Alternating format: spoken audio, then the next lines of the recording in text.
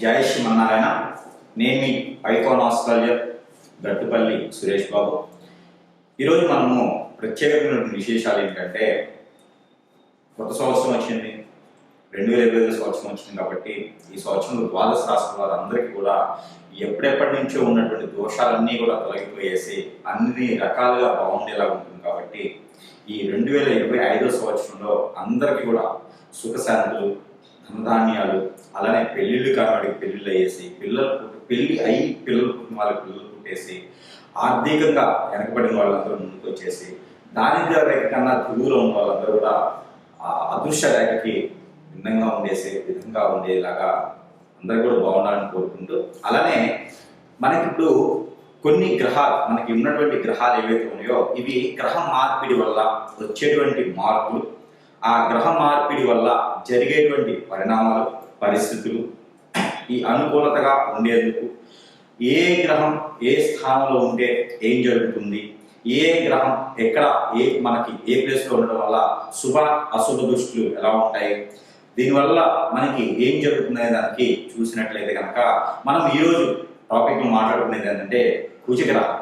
ఈ కుజగ్రహం అనేది మనకి చాలా శుభ దృష్టి ఉండడం వల్ల అశుభ దృష్టి ఉండడం వల్ల ఏం జరుగుతుంది, ఏ రాశి వారికి ఏ స్థానంలో కుజుడు ఉండటం వల్ల మంచి జరుగుతుంది, ఈ కుజగ్రహం ఎలాంటి పనులు చేస్తుంది, ఈ కుజగ్రహంతో వేరే గ్రహాలు ఏమైనా కూటమితో ఉన్నప్పుడు ఎలాంటి పనులు చేసుకోవచ్చు అనేదానికి మనం ఒకసారి చూద్దాం, వివరణ చూద్దాము.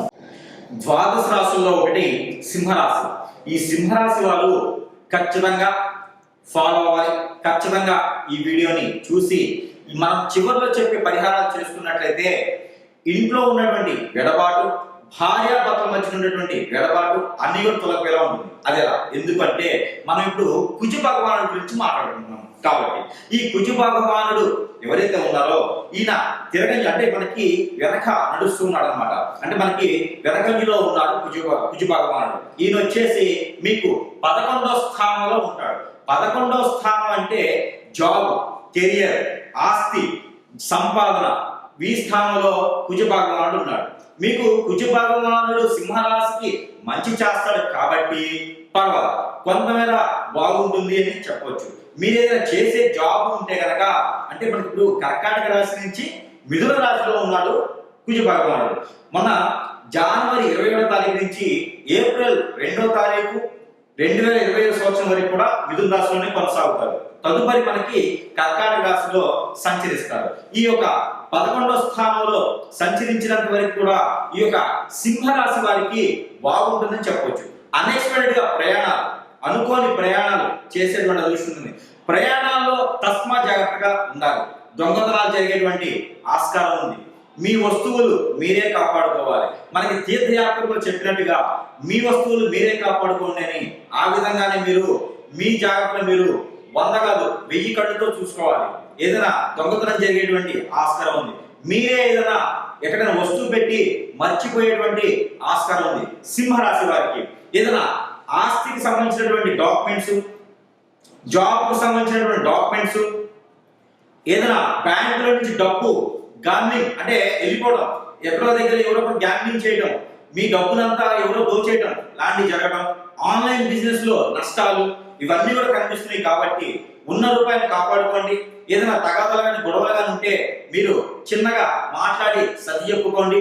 మూడో వ్యక్తి మధ్యలో రావడం వలన ఇంకొంచెం తగాదా పెరిగేటువంటి ఆస్కారం కనిపిస్తుంది. కాబట్టి ఈ ఏప్రిల్ 2వ తారీఖు 2025 సంవత్సరం వరకు కూడా కొంతమేర జాగ్రత్తగా ఉండడం వల్ల మంచి జరుగుతూ ఉంది. ఎందుకంటే 11వ స్థానంలో కుజుడు ఉన్నప్పటికీ మీకు గురుబలం ఉంది. రానున్నటువంటి కాలంలో శని భగవాన్ యొక్క కృప కూడా మీ మీద ఉంటుంది. కాబట్టి ఈ 2 విధాలుగా నలిగిపోయేటువంటి ఆస్కారం కనిపిస్తా ఉంది. కాబట్టి ఈ యొక్క సింహరాశి వారు అందరూ కూడా అన్ని రకాలు బాగుంది. బాగలేదా అంటే కాదు, జాబ్ బాగుంది కానీ వెసులుబాటు ఉండదు. అలానే ఆస్తులు బాగున్నాయి కానీ తినేదానికి ఉండదు. అలా ఉంటుంది. కాబట్టి కొంతమేర జాగ్రత్తలు తీసుకొని మనం చెప్పేటువంటి పరిహారాలు చేసుకున్నట్లయితే కొంతమేర మీకు వెసులుబాటు కనిపించేలా ఉంది. పిల్లలతో ఏదైతే మీకు పుట్టినటువంటి పిల్లలు ఉన్నారో వారి వల్ల మీకు కొంత తలనొప్పిలా ఉంటుంది. తలనొప్పి అంటే జండు మామూలు అమృతాలు లాంటి తలనొప్పి కాదు.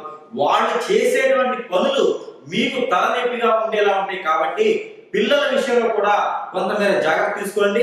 ఈ సింహరాశి వారందరూ కూడా ఈ కుజ దోషం నుంచి, ఈ కుజుని సంబంధించినటువంటి దోషం నుంచి, చెడు దృష్టి నుంచి తొలగిపోయేలాగా ఈ పరిహారం చేసుకున్నట్లయితే కొంతమేర మీకు బాగుంటుంది, వెసులుబాటు ఉంటుంది. కాబట్టి ఈ యొక్క పరిహారం చేసుకొని అందరూ అదృష్టవంతులు అవ్వాలని కోరుకుంటూ ఉన్నాను. దాని మీద సింహరాశి వారికి పరిహారం. అయితే మనకి ఈ కుజుడు మనకి ఏదైతే మనం అనుకున్నట్లుగానే కుజుడు మనకి ఇప్పుడు కర్కాటక రాశి నుంచి మిథున రాశికి వెనుకంజలో ఉన్నాడు. కాబట్టి ఈ వెనుకంజలో ఉన్నటువంటి కుజుడు వల్ల మనకి జరిగేటువంటి నష్టాలు కావచ్చు, లాభాలు కావచ్చు, ఈ కొన్ని రాశులు కొన్ని రకాలుగా ఉన్నాయి. కాబట్టి అలాగే మనకి ఈ రాశి వారు కనుక ఈ పరిహారం చేసినట్లయితే ఖచ్చితంగా ఉన్నత స్థాయికి చేరుకునేలాగా, అలానే పంట భూములు బాగుండేలాగా, అలానే ఈ రాశి వారికి అన్ని రకాలు బాగుంటుంది. కాబట్టి ఈ చిన్నపాటి పరిహారం చేసుకోవడం వలన అన్ని రాశుల వారికి బాగుంటుంది. ఏ రాశి రాశి మనం ఏంటంటే ఈ రాశి వారికి పరిహారం చేసుకోవడం ద్వారా చాలా బాగా పనిచేస్తుంది. కాబట్టి అన్ని రకాలుగా ఉన్నతులు అయ్యేదానికి బాగుంటుంది.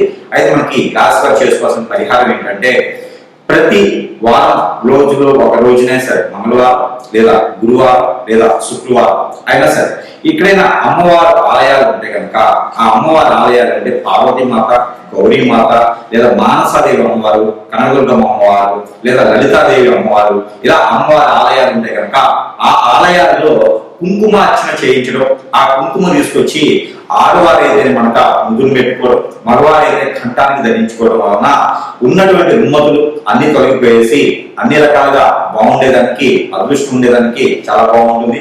అలానే ఈ కుంకుమ అర్చన ఒకటే కాకుండా ఈ రాశి వారు మరొకటి ఏంటంటే ఎర్ర కుక్కలు ఉంటాయి బయట, బజార్ కుక్కలు అంటారు, ఎర్ర కుక్కలు మనకి రోడ్ల మీద తిరుగుతూ ఉంటాయి అన్నమాట.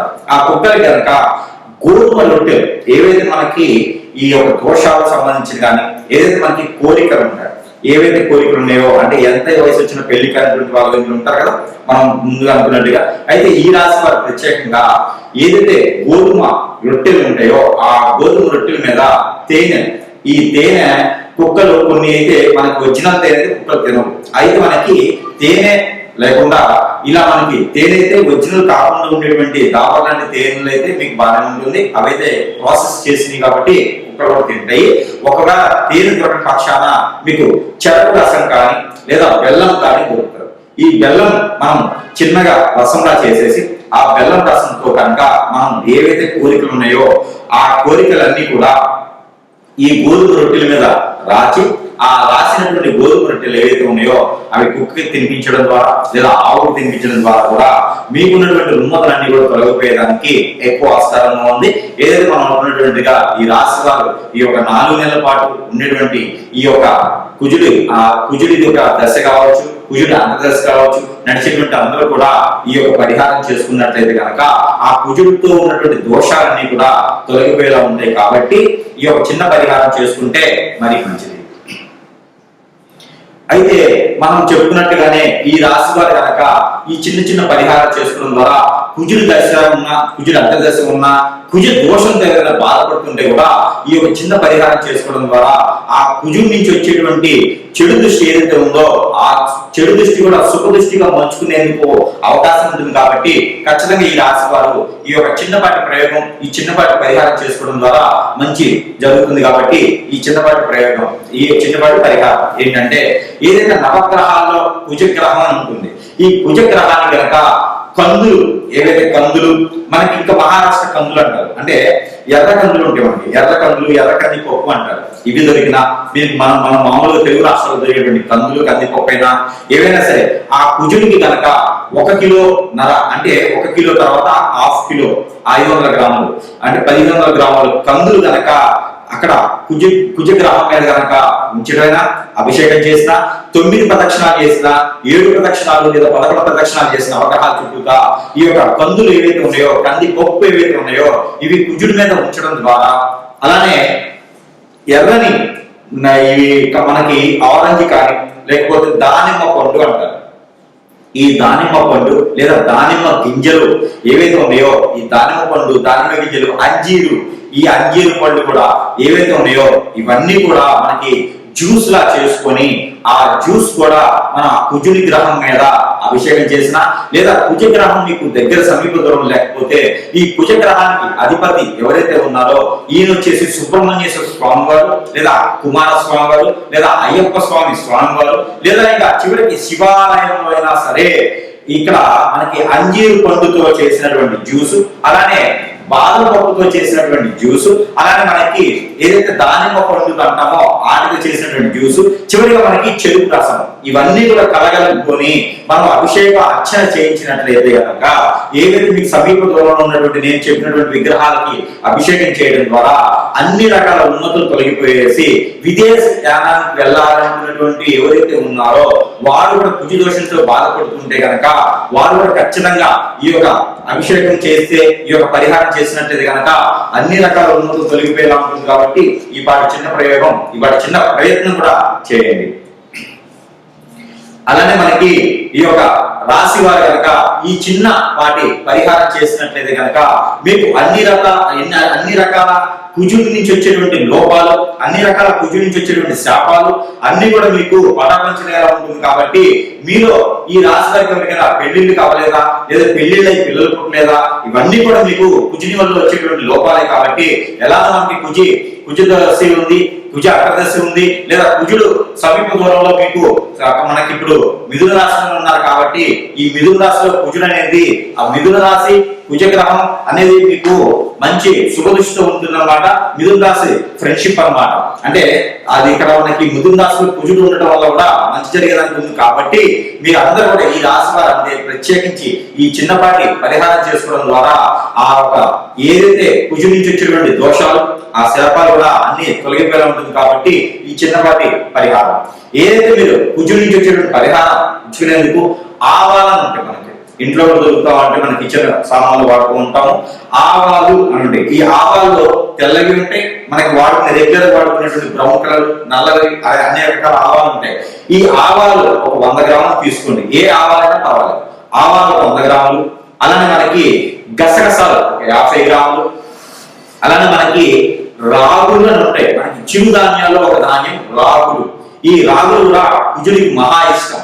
ఈ రాగులు కూడా తీసుకొని ఇవన్నీ కూడా కలగలుపుకొని ఏదైతే మీకు గ్రామ దేవత అంటారు, అమ్మవారి ఆలయం గ్రామ దేవత అంటారు. ఈ గ్రామ దేవత ఆలయాల్లో కనుక మీరు ఆ గ్రామ దేవత ఆలయంలో ఉంచినట్లయితే ఆ గ్రామ దేవత ఆలయం ఏదైతే ధ్వజస్తంభం ఉంటుందో అక్కడ కూడా ఈ ఆవాలు ఉంచినట్లయితే ఈ ఆవాలు అమ్మవారి దగ్గర ఉంచేటప్పుడు మీరు మనసులో ఏమైనా కోరికలు ఉన్నా, మనసులో ఏమైనా దోషాలు పోవాలనుకున్నా కూడా సమర్పించుకొని ఆ ఒక కోరికలు అన్ని కూడా నెరవేర్చుకోవాలి, నెరవేరాలని ఒక అమ్మవారికి మనస్ఫూర్తిగా సమర్పించుకొని 5 నారికేళలు కనుక మీరు గ్రామ దేవత అమ్మవారికి కనుక సమర్పించినట్లయితే మీ ఊరి సమీపంలో గ్రామ దేవత లేకపోతే బొడ్రాయ అంటారు.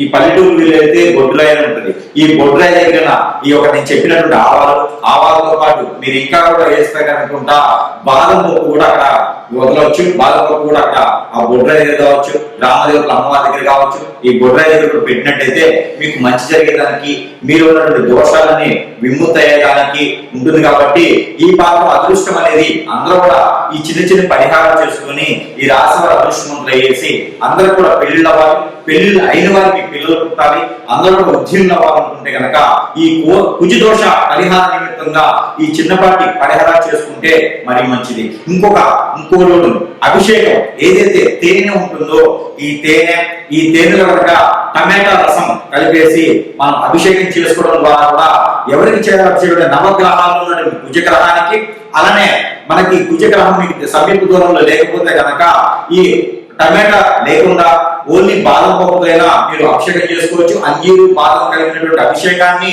మీరు అక్కడ ఉన్నటువంటి సుబ్రహ్మణ్యేశ్వర స్వామి వారి ఆలయంలో లేదా పుట్ట దగ్గర ఉన్నటువంటి పడిగల మీదైనా ఈ అభిషేకం చేసుకోవడం ద్వారా ఈ కుజ గ్రహానికి సంబంధించినటువంటి దోషాలన్నీ కూడా పటాపంచలేయడానికి ఆస్కారం ఎక్కువ కనిపిస్తా ఉంది.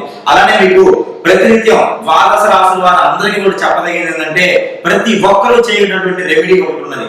అదేంటంటే ఆవాలు, మనకి తెల్లవైన, నల్లవైన, బ్రౌన్ కలర్ అయిన ఆవాలు తీసుకొని ఒక 50 గ్రాముల ఆవాలు, ఒక ఒక 50 గ్రాములు నల్ల నువ్వులు, ఒక 50 గ్రాములు గసగసాలు, ఒక 50 గ్రాముల జీడిపప్పు, ఇవన్నీ కూడా తీసుకొని చిక్కుడు గింజలు దొరుకుతాయి మనకి సీడ్, ఇవి మన పచారీ షాపుల్లో కానీ లేకపోతే సీడ్ అమ్మేటువంటి షాపుల్లో కానీ దొరుకుతాయి. ఈ చిక్కుడు గింజలు కూడా తీసుకొని మీరు ఇవన్నీ కూడా కలగలుపుకొని రోజుకు ఒక 2-3 స్పూన్లు చొప్పున తీసుకొని ఇలా క్లాక్ వైజ్ గా కళ్ళ ముందు నుంచి ఇలా తీసుకుంటూ ఇలా 7 సార్లు దిష్టి తీసుకొని ద్వాదశ రాశి వారు అందరికీ కూడా ఇలా 7 సార్లు దిష్టి తీసుకొని మీకు రోడ్డు విరువైపులా అంటే రోడ్డు పక్కన కనుక వేసినట్లయితే పారేటువంటి నీటిలో వేసినట్లయితే మీకు అవి కాల్చినట్లు కూడా కాల్చుకోవచ్చు. ఇవి కాల్చినట్లయితే కనుక మీకు కుజి దోషం నుంచి విముక్తి లభిస్తుంది. మీకు ఖచ్చితంగా పెళ్లిళ్ళు అవుతాయి. ఈ చిన్నపాటి రెమెడీ ద్వాదశ రాశుల వారు అందరూ కూడా ప్రత్యక్షం చేయవచ్చు. మరొకటి ఉంది, మీకు ఇంకా ఆరోగ్య సమస్యలు కానీ ఈ కుజ దోషానికి సంబంధించింది కానీ ఇంకేమైనా ఉంటే కూడా మీకు ఆ దోషాలన్నీ కూడా పటాపంచలేందుకు మిరియాలు కూడా ఇందులో కలుపుకున్నట్లయితే మీ ఆర్థిక స్థితిగతులు, మీ ఆరోగ్య సమస్యలు కూడా తొలగిపోయేలా ఉంటుంది. కాబట్టి మనం చెప్పుకున్నటువంటి ఆవాలు, గసగసాలు, బాదం పప్పు వీటన్నిటితో పాటు మిరియాలు కూడా కలుపుకొని దిష్టి తీసుకోవాలి. ఏవైనా సరే ఒక 2 స్పూన్లు అన్ని కలగలిసి 2-3 స్పూన్లు కనుక మీరు దిష్టి తీసుకున్నట్లయితే కనుక ఈ రుమ్మతులన్నీ తొలగిపోయేలా ఉంటుంది. కాబట్టి ఆ మాత్రం ప్రయత్నం చేసి ద్వాదశ రాశుల వారు అందరూ కూడా సుఖశాంతులతో ఉండాలని కోరుకుంటా ఉన్నాను. జై